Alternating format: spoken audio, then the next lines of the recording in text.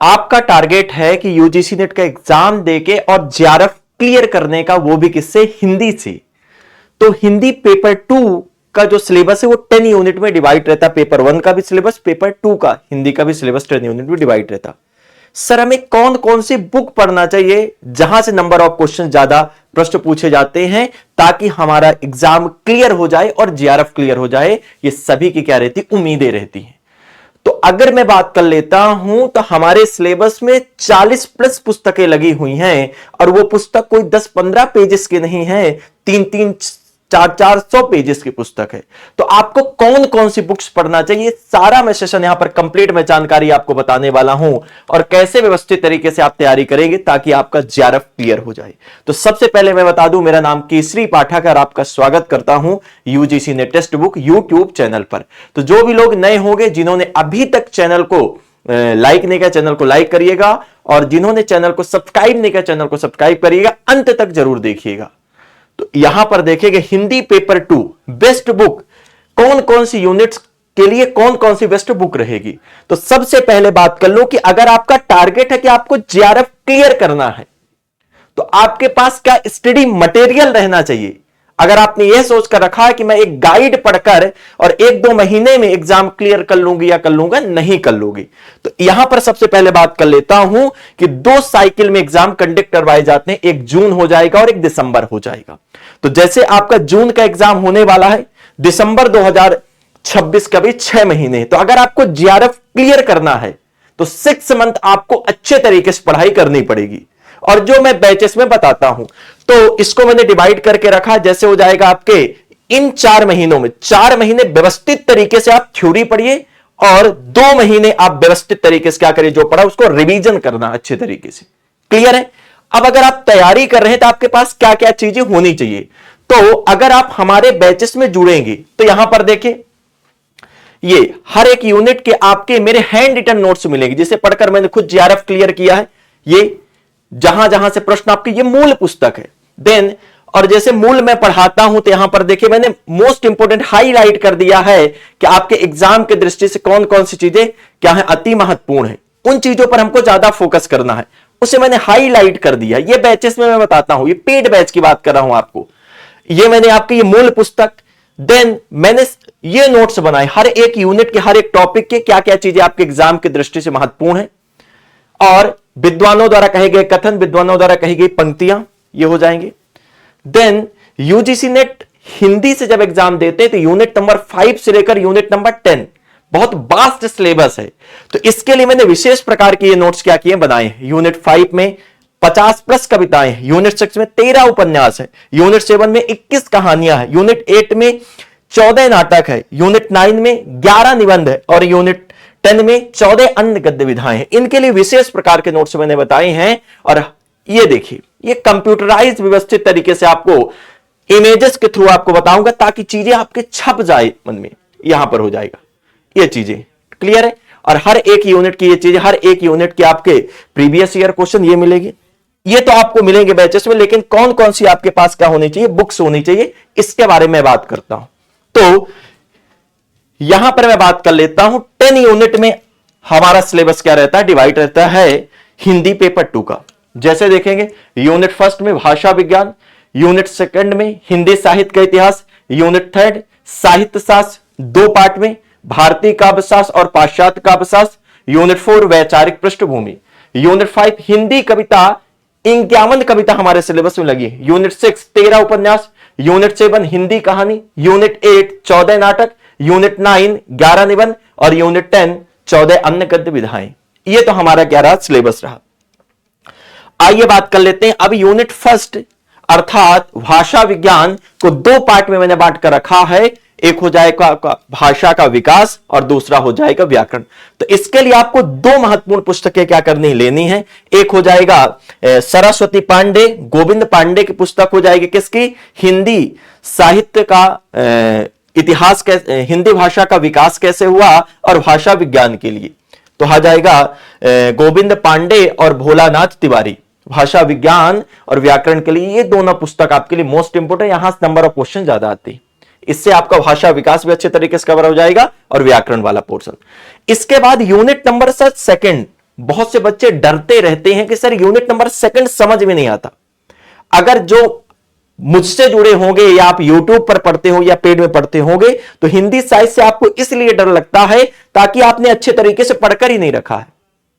तो हिंदी साहित्य को जब मैं पढ़ाता हूं तो हिंदी साहित्य के इतिहास का आशय क्या होता है, इसकी परिभाषा क्या होती है, हिंदी साहित्य के इतिहास को स्पष्ट करने के लिए विद्वानों ने महत्वपूर्ण ग्रंथ लिखे हैं। उन्होंने कौन कौन सी पद्धति का प्रयोग किया है, काल विभाजन नामकरण क्यों किया गया, इसके पीछे का लॉजिक क्या है। जब हम ये चीजें समझ लेंगे, साहित्य इतिहास लेखन पद्धतियां कौन सी है, इसके बाद पढ़ेंगे आदिकाल, भक्तिकाल, रीतिकाल, आधुनिक काल, और हिंदी साहित्य के इतिहास से संबंधित जो भी महत्वपूर्ण कवि हैं उनका पूरा जीवन परिचय, उनकी पूरी रचनाएं, प्रकाशन वर्ष, उनके द्वारा कहे गए कथन और उनके द्वारा कही गई पंक्तियां। तो हिंदी साहित्य के इतिहास को 8 पार्ट में बांटकर आपको पढ़ना पड़ेगा। जैसे हो जाएगा, पहला हिंदी साहित्य के इतिहास का आशय और परिभाषा, दूसरा साहित्य इतिहास लेखन पद्धति, तीसरा काल विभाजन नामकरण, चौथा आदिकाल, पांचवा भक्तिकाल, छठा रीतिकाल, सातवां आधुनिक काल और आठवां महत्वपूर्ण कवि, महत्वपूर्ण रचनाएं, महत्वपूर्ण कथन और महत्वपूर्ण पंक्तियां। अब हिंदी साहित्य के इतिहास को पढ़ने के लिए आपके पास कौन सी बुक्स होनी चाहिए? 3। तो पहली हिंदी साहित्य का इतिहास आचार्य रामचंद्र शुक्ल, मोस्ट इंपोर्टेंट। हिंदी साहित्य का इतिहास डॉक्टर नगेंद्र और डॉक्टर हरदयाल, इसके संपादक हो जाएंगे। और तीसरी हिंदी साहित्य का आदिकाल हजारी प्रसाद द्विवेदी। यह पुस्तक आपके पास होनी चाहिए। यहां इनको अच्छे तरीके से पढ़ना है, कोई गाइड में नहीं पढ़िएगा, पूरा पढ़ना पड़ेगा, तभी आपका एग्जाम क्लियर होगा, तभी आपको एक अच्छा नॉलेज होगा। क्योंकि एग्जाम क्लियर करने के बाद आपको असिस्टेंट प्रोफेसर बनना, पीएचडी करना, हायर एजुकेशन की तरफ जाना है। आगे बात कर लेते हैं। इसी में हमारे यूनिट नंबर 2 में अन्य गद्य विधाएं दी हुई हैं। अन्य गद्य विधाओं के लिए 2 महत्वपूर्ण पुस्तकें हैं। जैसे डॉक्टर रामचंद्र तिवारी की हो जाएगी हिंदी का गद्य साहित्य, और हो जाएगा डॉक्टर देवेंद्र कुमार गुप्त का, यह हो जाएगा गद्य की विविध विधाएं। अब हिंदी की गद्य विधाएं के अंतर्गत कितने यूनिट है, कितने टॉपिक है, तो ये आपके टॉपिक कितने हैं, तो यहां पर देखिएगा 15। उपन्यास, नाटक, कहानी, निबंध, एकांकी, रेखाचित्र, आत्मकथा, संस्मरण, यात्रा वृत्तांत, रीतोतार्ज, डायरी, व्यंग, प्रवासी साहित्य, आलोचनात्मक कथन और पत्र पत्रिकाएं। तो ये 15 टॉपिक हैं, 15 टॉपिक हैं। इनको अच्छे तरीके से पढ़ना पड़ेगा, इनके लिए 2 महत्वपूर्ण पुस्तकें। देन ये वाला हो जाएगा। और अगर आपका टारगेट है कि आपको एग्जाम क्लियर करना है, तो मैंने बताया आपको कि 6 मंथ में अच्छे तरीके से आप पढ़ाई कर सकते हैं। 4 महीने आपको थ्योरी पढ़ना पड़ेगा और 2 महीने आपको प्रैक्टिस कराऊंगा। यह हमारा बैच क्या हो चुका है, स्टार्ट हो गया है। तो अगर दिसंबर वाले बैच से जुड़ेंगे तो आपको जून वाला बैच का एक्सेस फ्री मिल जाएगा। बैच को लेने के लिए स्क्रीन पर नंबर दिया, वहां पर कॉल करके बैच ले सकते हैं। दूसरा यूनिट थर्ड को 2 पार्ट में बांटा, एक भारतीय काव्यशास्त्र और एक पाश्चात्य काव्यशास्त्र। भारतीय काव्यशास्त्र के लिए डॉक्टर भागीरथ मिश्र की पुस्तक है और पाश्चात्य काव्यशास्त्र के लिए देवेंद्र नाथ वर्मा।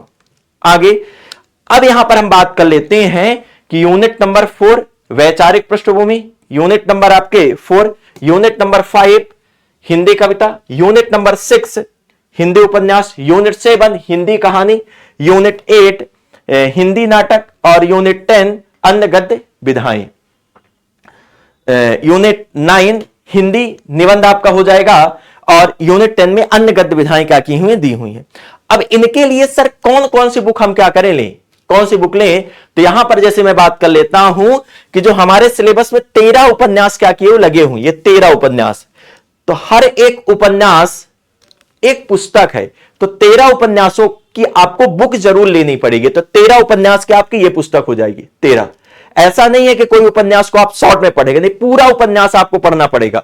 और ये बुक ही लगी हुई है, ये कोई आपका टॉपिक नहीं है, पूरी की पूरी बुक ही क्या की हुई लगी हुई है। तो ये हमने देख लिया।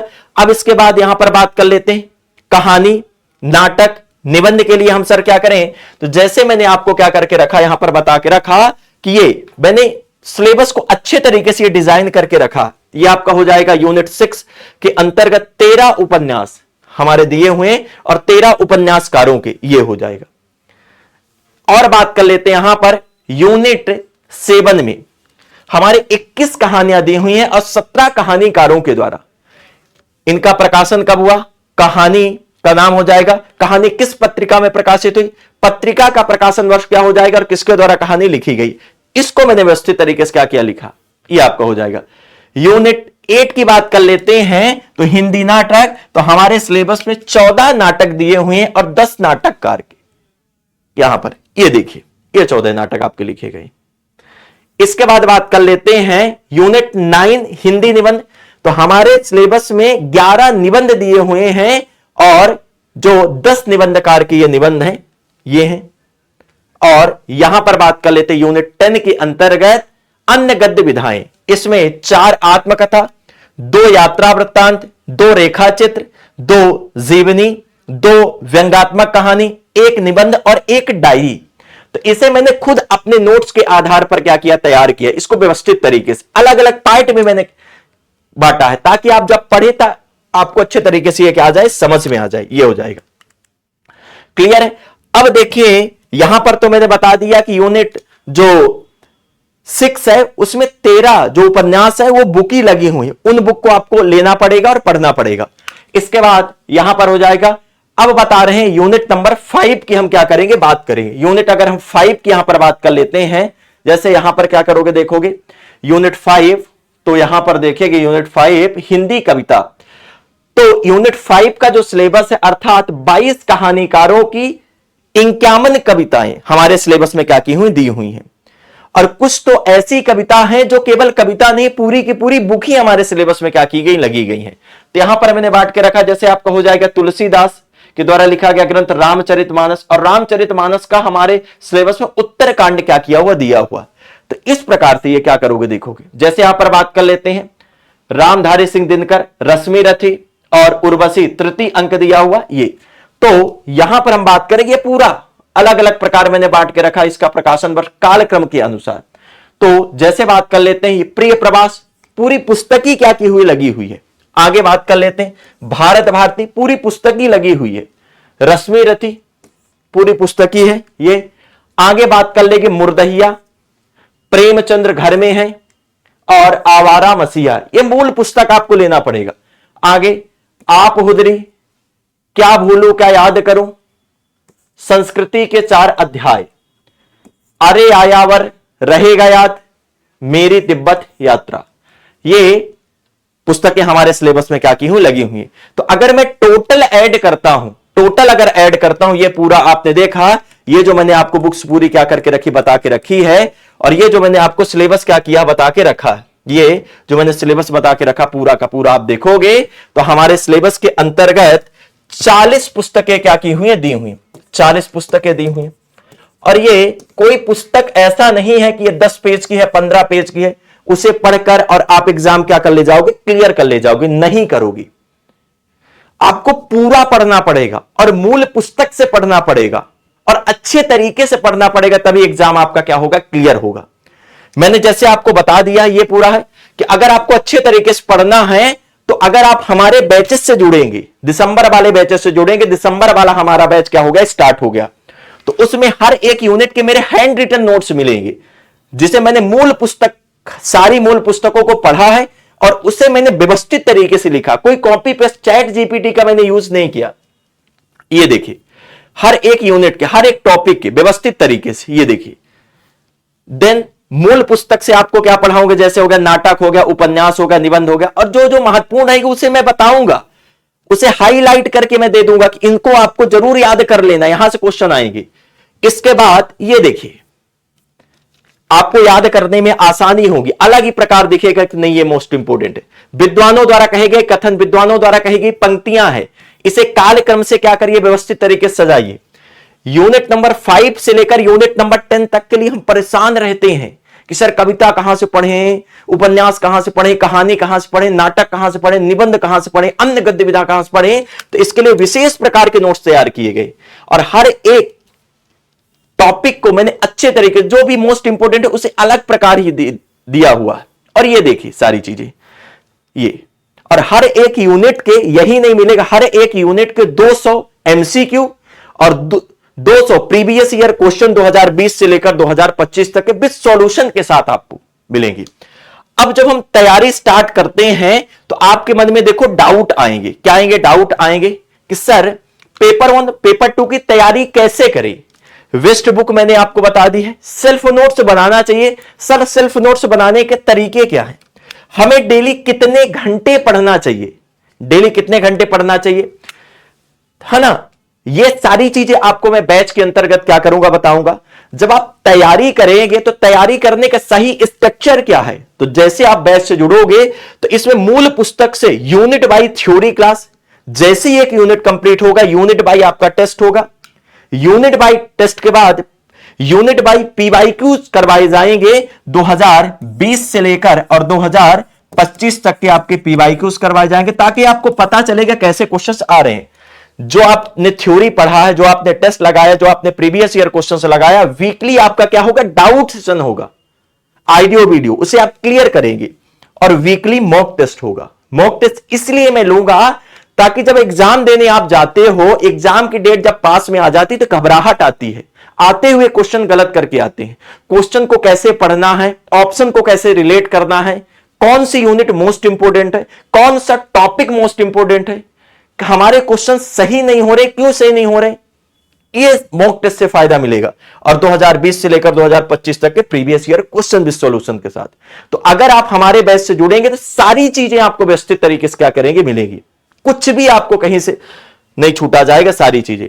और यहां पर बात करूं कि अगर आपने टारगेट कर लिया है कि मुझे दिसंबर 2026 में हिंदी से जीआरएफ क्लियर करना है, तो आ गया है मेरा जीआरएफ वाला बैच, जिसमें ये सारी चीजें आपको क्या की जाएंगी, मिलेंगी, जो मैंने आपको क्या करके रखा, बता के रखा। ये सारे नोट्स आपको व्यवस्थित तरीके से क्या करेंगे, मिलेंगे, ये सारी चीजें, जैसे आप बैच से जुड़ोगे।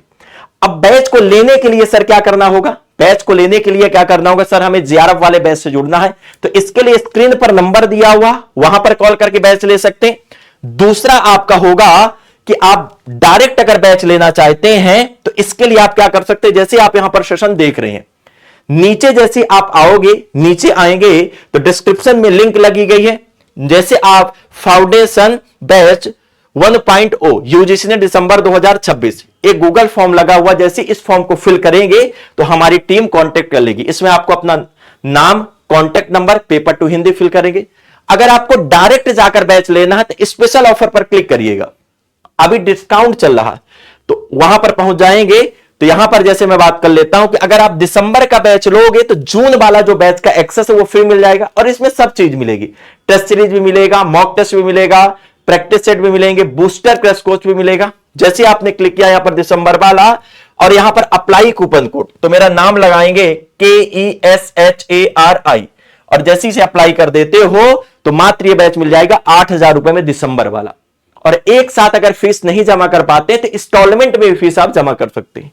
और अगर बैच को लेते समय कोई दिक्कत आ रही है तो स्क्रीन पर यह नंबर दिया हुआ है, इस नंबर पर कॉल करके और जाकर आप बैच ले सकते हैं। तो मैंने आपको देखो बता दिया है, अब आपकी जिम्मेदारी है कि आप इसे कैसे क्या करेंगे, क्लियर करेंगे।